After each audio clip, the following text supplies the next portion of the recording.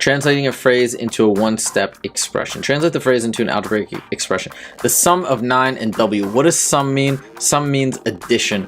So if we got the sum of 9 and w, it's literally 9 plus w. It's as simple as that. 9 plus w.